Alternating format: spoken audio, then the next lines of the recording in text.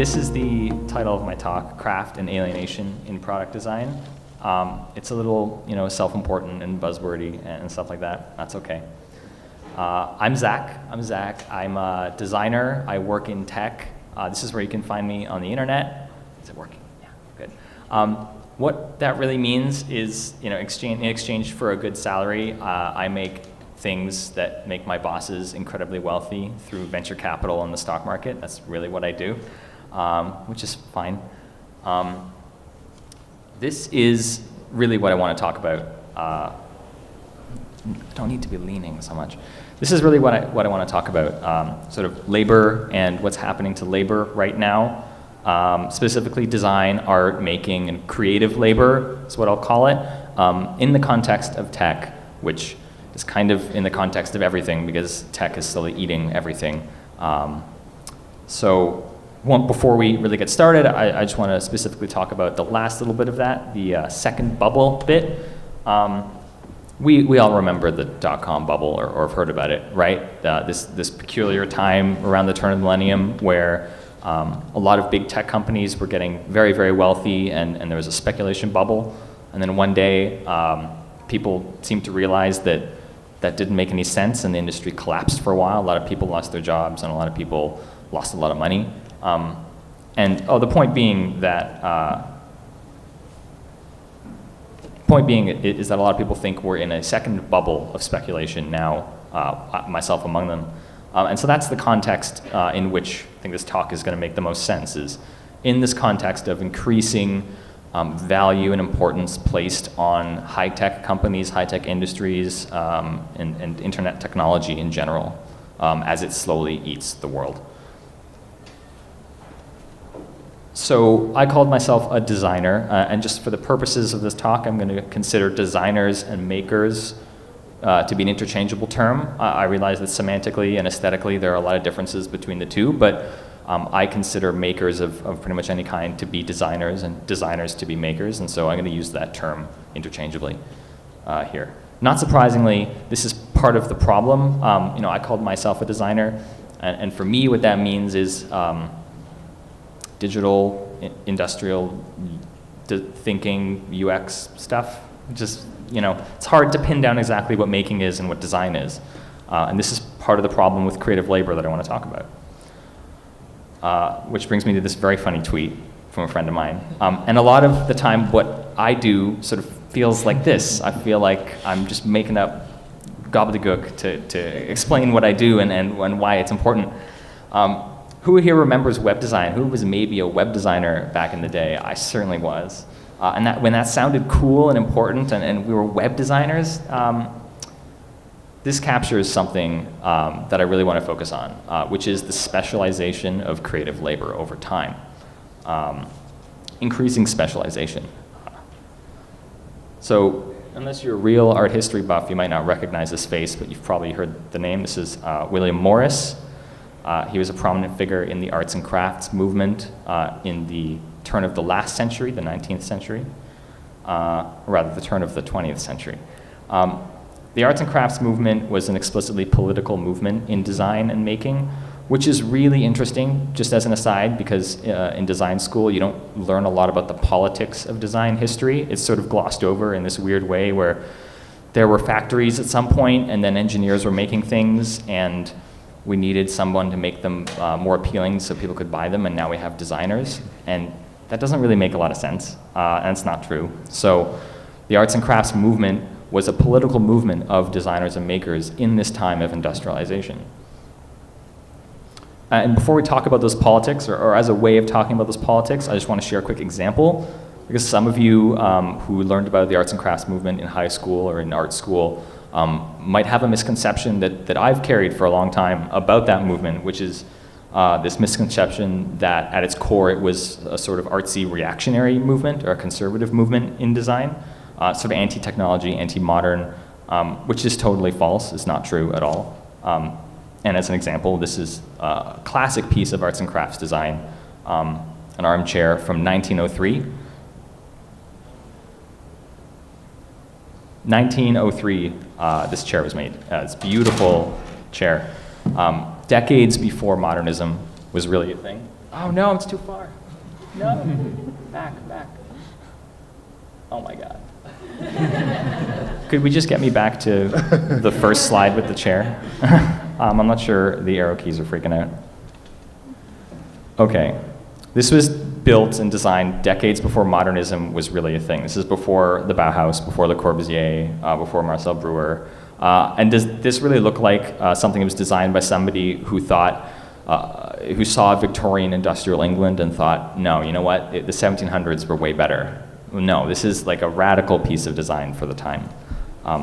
And so the big political critique of the arts and crafts movement was not a reaction to industrialization and a return to the past explicitly, but rather a movement against the generic specialization of labor into factory work and piecemeal work.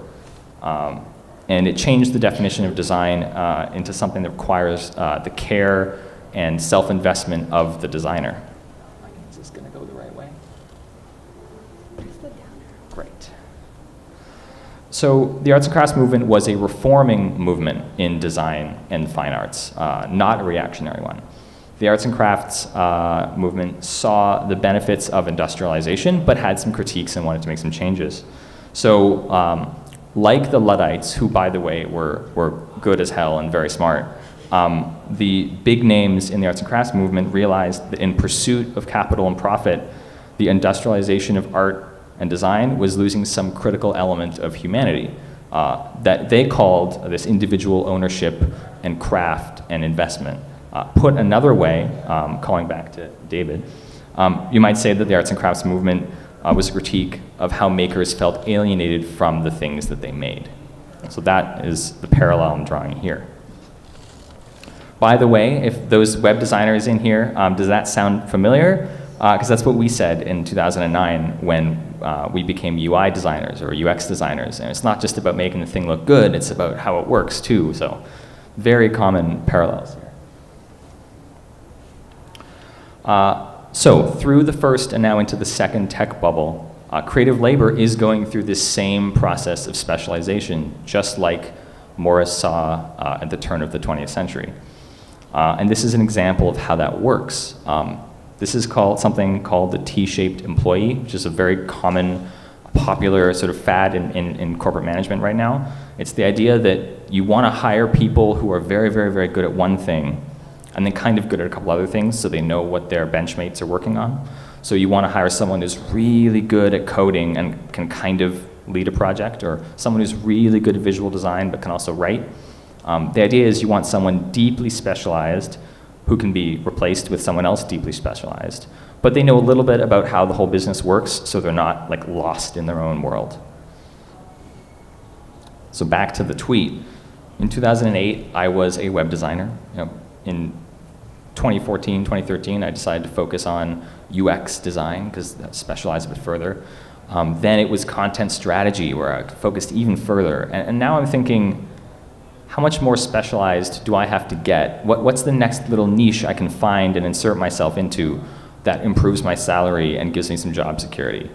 And so we get to this weird place where I'm sure a lot of you feel the same way, where this big drive to specialize and to pigeonhole feels like it's coming from us as makers or as designers or as people trying to make a living doing what we'd like to do.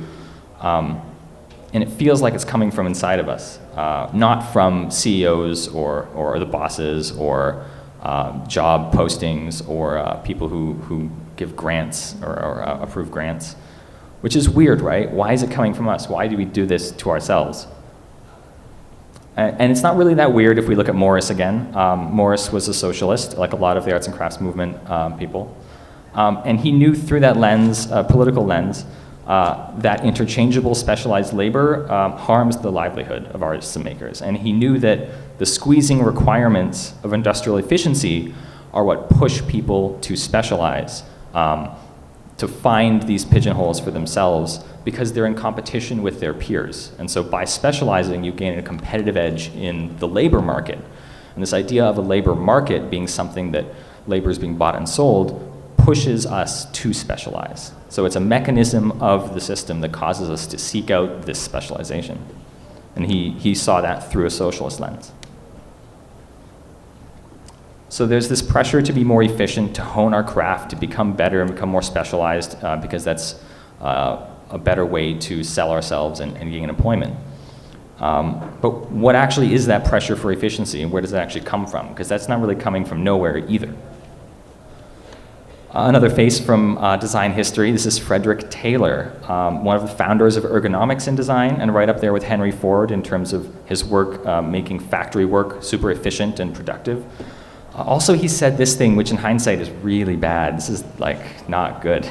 And that's because, I won't even let you finish reading it. And it's because he was a technocrat, he was anti-union, and he was also a proto-fascist who was linked to the American eugenics movement through his work in the factories of Carnegie and Rockefeller. And not a conspiracy theory, you can Google it and it's all there. So he saw a systemic view, or he took a systemic view of labor. Great. And his approach, his methodology, his philosophy was called scientific management. This idea that you could manage in a scientific way labor and the processes of labor. But you have to remember, just again, what they thought science was at this time was a lot of bad stuff that is not good. So, like eugenics.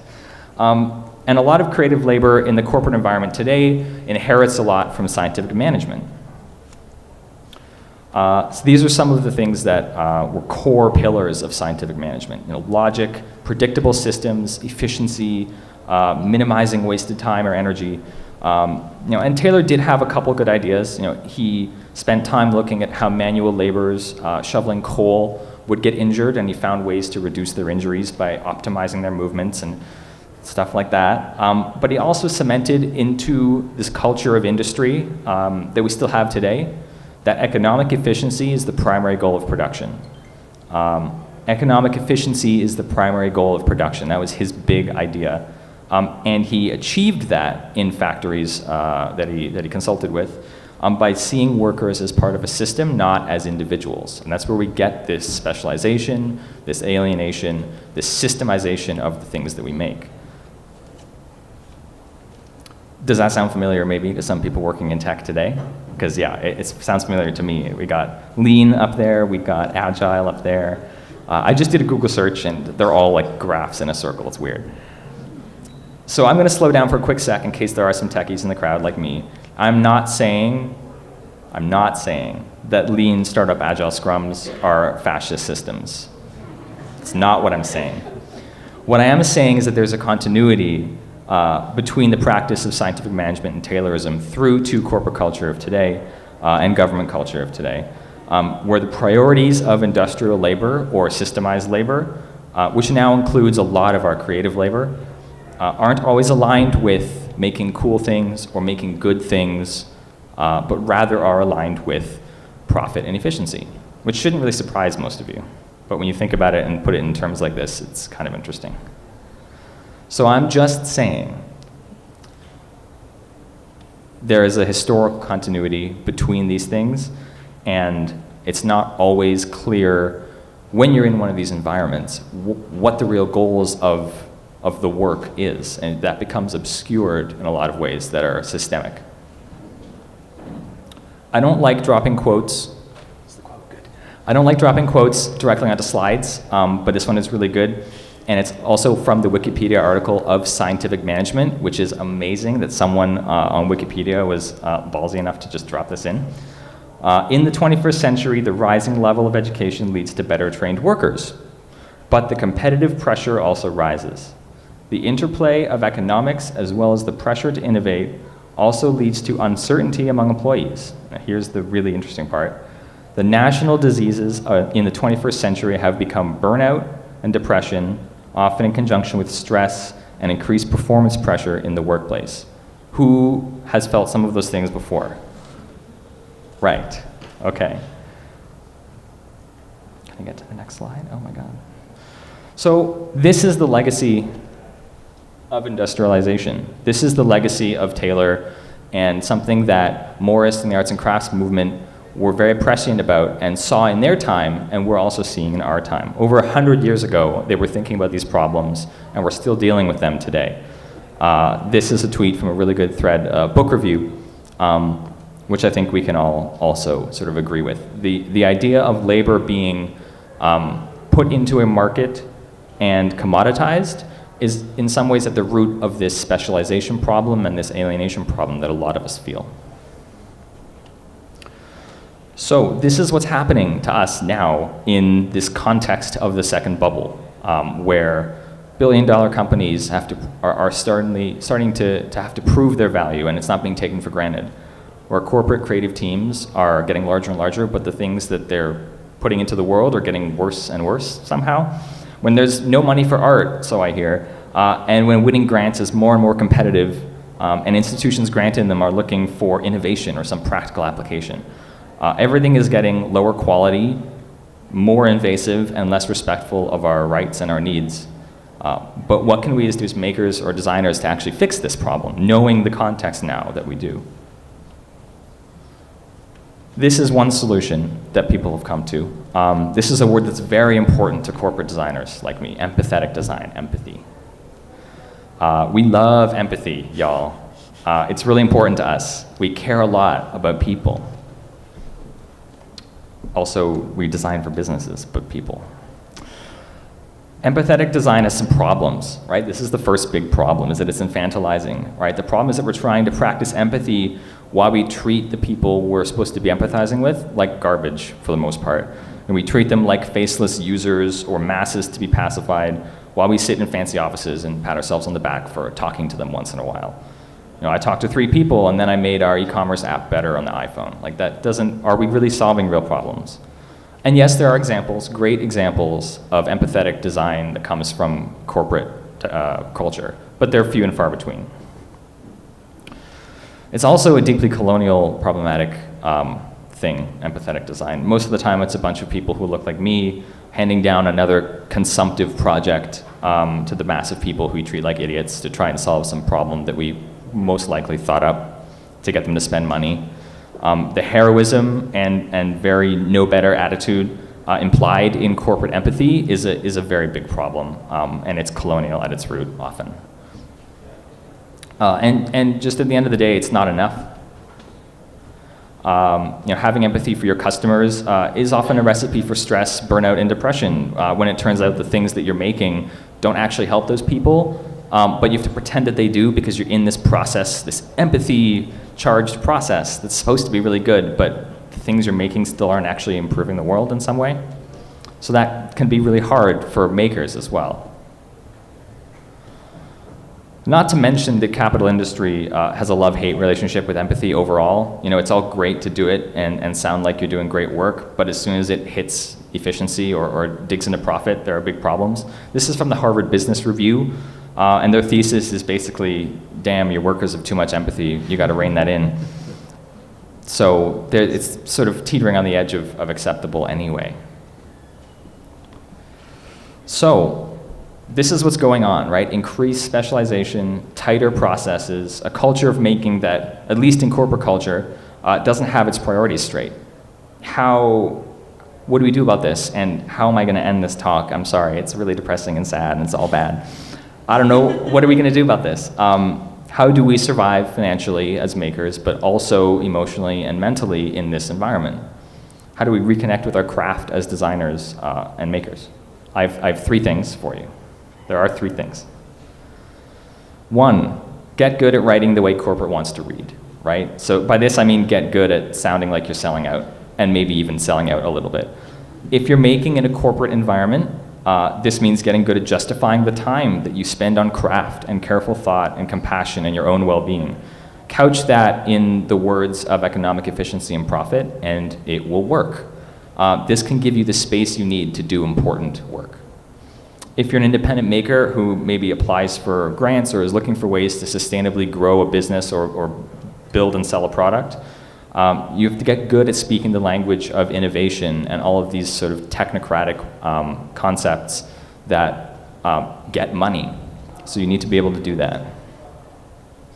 2, be the asshole that asks political questions in apolitical spaces, right? Making is political and design is political. That's why we're here at this conference, right? Apps and art and chairs and 3D printing and fabric marbling And all of these things are political, even though the powers that be try really, really hard to hide it a lot of the time. So if you're a designer or a maker in a corporate environment, ask your boss if the product you're making is actually helping people. Ask that tough question and demand a higher ethical and moral standard. You might get fired for that. Trust me, you will be scorned, but you will also find allies. Somebody has to do it. 3, find like-minded peers or coworkers and organize with them. Organize your workplace, organize the places where making happens. Charge them politically. Nothing is going to change in corporate spaces or government spaces or nonprofit spaces if the people who work there don't have the power to make change happen. This might also get you fired. But that's illegal, so they'll find another reason to do it. Trust me, you will be scorned, but you will also find allies. Somebody has to do it. I'm going to leave you with a quote, and then we'll be done and we can have lunch. This is a quote from Morris. Again, we'll end with Morris.